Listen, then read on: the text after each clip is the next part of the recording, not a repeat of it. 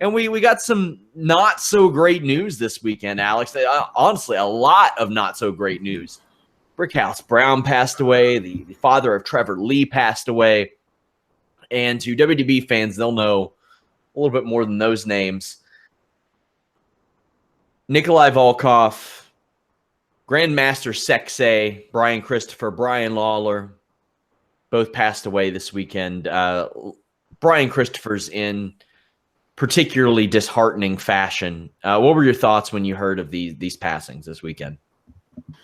Well, I mean, okay, I'll get the one that's not as depressing out of the way first.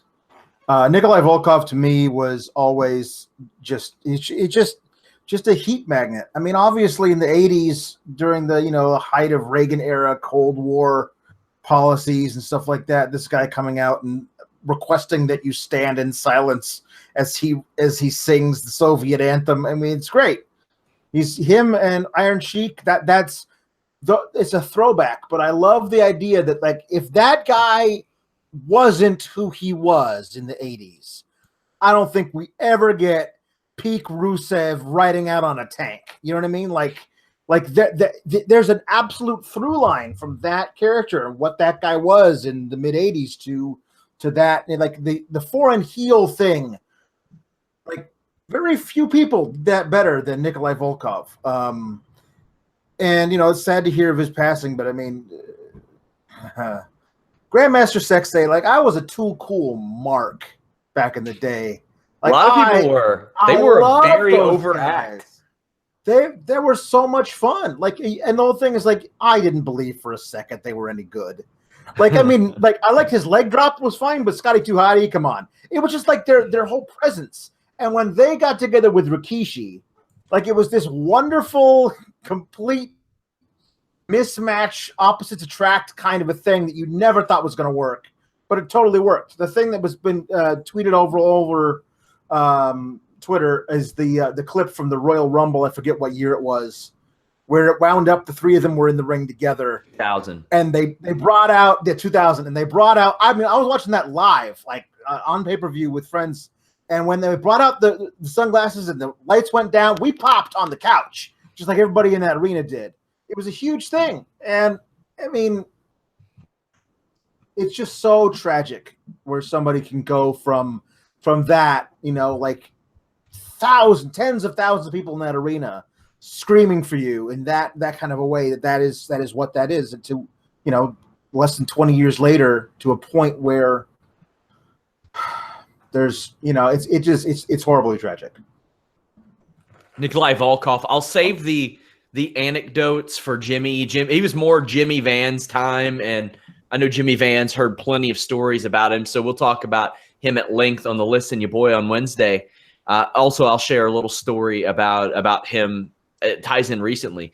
He was inducted in the Hall of Fame in 2005, won a couple of Slammy Awards, was an international WWF Tag Team Champion, and won the Tag Team Championships in the WWF with Iron Sheik. Man, I got to know him mainly because of retro clips and because of his participation in the $1 Million Corporation in the mid-90s. But where even then, I wasn't that plugged into wrestling. But where I really got to know him was when they put him on the WWE video game about 15 years ago. I learned a lot in my early 20s about what wrestlers did because of those video games, and he was one of them that maybe I wouldn't have known if not for that. I love the clip WWE posted a couple years back of him singing the anthem with Rusev and Lana. I posted a picture of that on my Twitter. So great.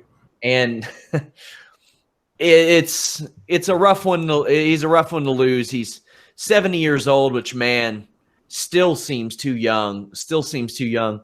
Brian Lawler, Brian Christopher, Grandmaster Sexay. I mean, he got his first look in WWF in 93. He wrestled Jimmy Snuka, and then he was brought in 1997 to help launch the light heavyweight division, and they wanted him to be a big part of that. You saw Taka Michinoku wish his family well, and they were two of the big pieces of that light heavyweight division, and it just didn't work out for him. They put him with Scotty Too Hotty. Well, at that time, just Scott Taylor, a guy who had been a jobber for years in the WWF.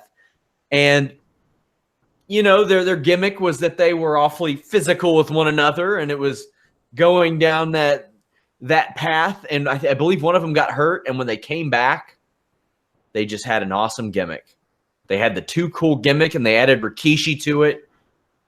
And man, they were something that fans of that era will never forget and will always look back fondly on. They were so over. And I really thought that maybe they got their title run a little bit after when they should have. It wasn't at their peak, but at that time you had so many good tag teams. Yeah. And you got to remember, everybody talks about Edge and Christian, the Hardys and the Dudleys. But think about what teams were there that were over that nobody talks about. Nobody talks about the Right to Censor, how white hot they were. Nobody talks about Too Cool. And I mean, you had like Road Dogg and X-Pac like 7 or 8 down the depth chart. That's an insane tag division that these guys were able to flourish in, and I think that says a lot about them. And guys, I encourage you. I mean, I know a lot of jokes were made at the expense of Brian Lawler in the past few years. If you have any friends with substance abuse issues, I know it can be hard to not shut them out. Just reach out here and there. You never know if your voice might be the one that they need to hear, especially in a situation like that. That is a truly tragic way to lose somebody and a tragic end to somebody's loss. So our condolences to the friends, family, and the fans of all 4 of the lives that we lost in pro wrestling this weekend. I know that Trevor Lee, his family, was having some trouble covering the funeral costs, and a lot of wrestlers stepped up. I know Moose did. I know that Jack Stain did. I know that EC3, Rockstar Spud, I believe Nick Jackson, a lot of people contributed. Head over to Trevor Lee's Twitter, and if you all wouldn't mind, donate if you can, help out that family. And, of course, also condolences to the family of Brickhouse Brown. I think he was 57. Man, that's horrible. That's horrible.